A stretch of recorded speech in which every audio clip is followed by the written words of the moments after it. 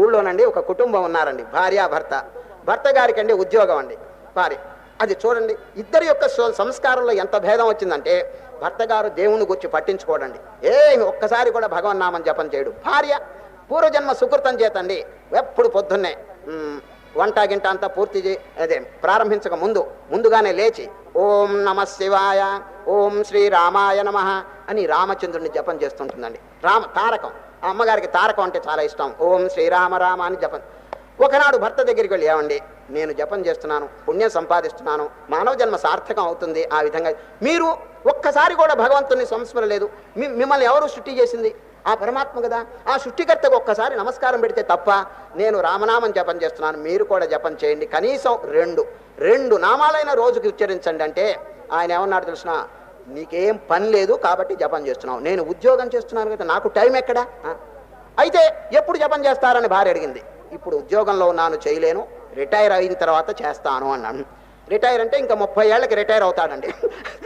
Retire అయిన తర్వాత చేస్తానండి. ఈ అమ్మగారు ఎంత చెప్పినా మనస్సు మారలా. అప్పుడండి ఈయన మార్చాలని చెప్పి చక్కగా అవకాశం కోసం ఈమె కాచు కూర్చుందండి.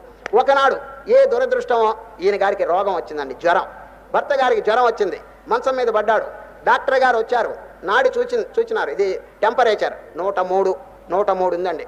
డాక్టర్ గారు భార్య గారిని దగ్గర పెట్టుకుని వారితో ఏమండి ఇదో ఈ సీసాలో మందు ఇస్తున్నాను, ఇప్పుడు ఒక డోసు, తర్వాత మధ్యాహ్నం సాయంత్రం 3 సార్లు కనుక తాగితే ఈ జ్వరం పోతుంది అన్నాడు. ఎవరు? డాక్టర్ గారు. ఆ సీసాలో మందు పోసి భార్య చేతికి ఇచ్చి, అమ్మ ఇది భర్త గారికి ఇవ్వండి అని వెళ్ళిపోయినాడు. ఏం చేసింది తెలిసిన, ఆ మందు సీసా తీసుకువెళ్ళి ఇనపెట్టిలో దాచిపెట్టిందండి. ఇనపెట్టిలో ఇవ్వలేదండి.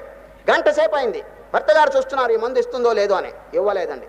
ఆఖరికి పిలిచాడు, ఏమే ఇప్పుడు ఒక డోసు ఇమ్మన్నాడు కదా డాక్టర్ గారు, ఇవ్వలేదంటే, ఏమి తొందర అండి, ఇప్పుడు ఏమి రిటైర్ అయిన తర్వాత తాగండి అన్నదండి.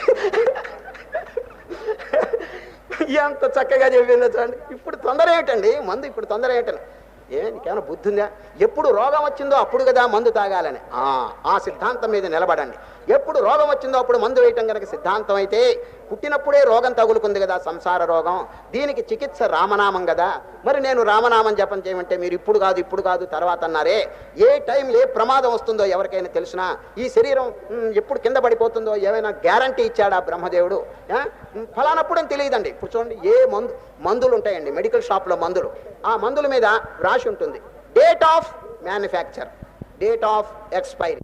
కానీ ఎప్పుడు దీంట్లో ఉన్నటువంటి శక్తి అంతా క్షీణించేది, నశించిపోతుంది అనేటువంటి విషయం తెలియదండి. తెలియనప్పుడు ఏం చేయాలి?